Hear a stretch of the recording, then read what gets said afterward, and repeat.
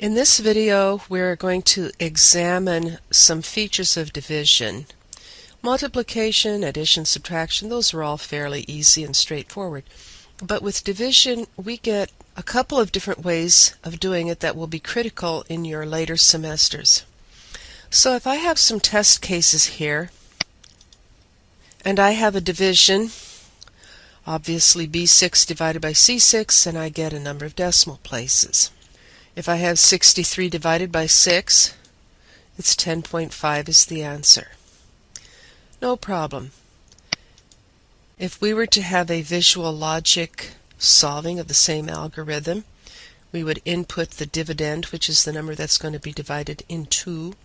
We would input the divisor, which is the number that it's going to be divided by. We put the answer in the quotient. So dividend divided by divisor. So if I run it using my test cases, 100 divided by 9 gives me 11.11. Looks like I have a few more ones in Visual Logic than I do in Excel. That's a discrepancy you would investigate. If I do the second one, 63 divided by 6, I get the same answer, etc.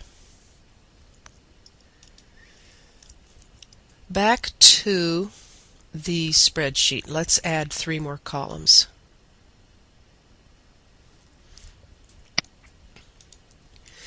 If I were to have the same formula equal B6 divided by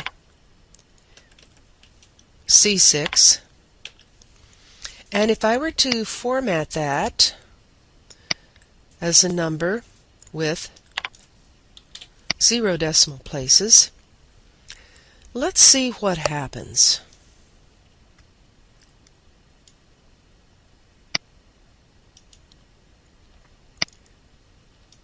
Interesting. Look what happened to the second example. Why did this happen? Look what happened to the one on row 11. Why did that happen? The answer is that in Excel there's some background rounding that happens on, but the real number underneath is still 11.111111, or the real number underneath is still 10.5. To guarantee a true division, what's called integer division, we need to take a different approach. In Excel, I could do the same thing, equals B6 divided by C6. But then to ask it to return the integer, which truncates any decimal positions, I would use the integer function.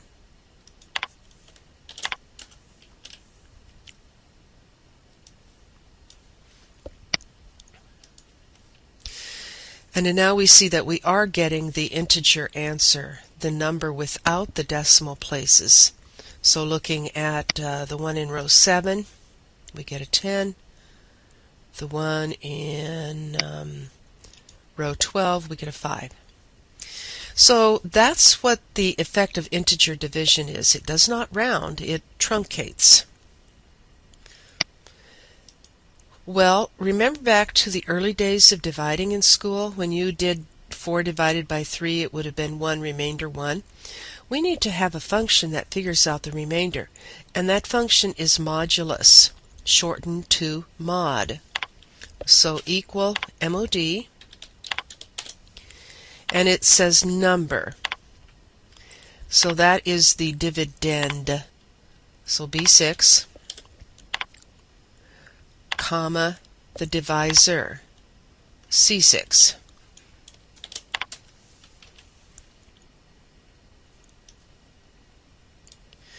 When I copy that down, I now see that I get 11 remainder 1. Where's that other one? Oh, 10. 63 divided by 6 is 10, remainder 3. Let's go down to one of the ones down at the bottom. 1 divided by 2 was, of course, 1/2 or 0.5, but 1 divided by 2 is 0, remainder 1. And 0 divided by 5 is 0, remainder 0. That one I find a little odd, but believe it. So, visual logic. To get integer division, you change the divided by sign to the one that goes the opposite direction. Take a good look at that. The rules are different in each programming language, but for Visual Basic it uses the same rule. So if I were to take our problem ones and run it, if I take 63 divided by 6, I get the correct answer.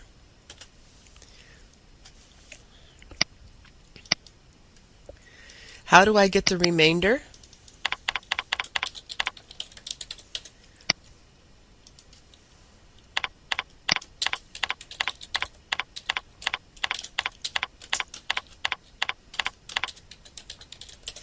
The dividend, the main number, divided by the divisor, except this time divided by is the operation mod.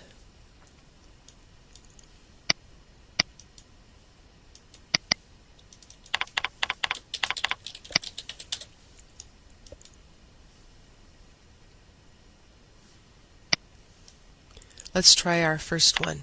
100 divided by 9 is 11, remainder 1.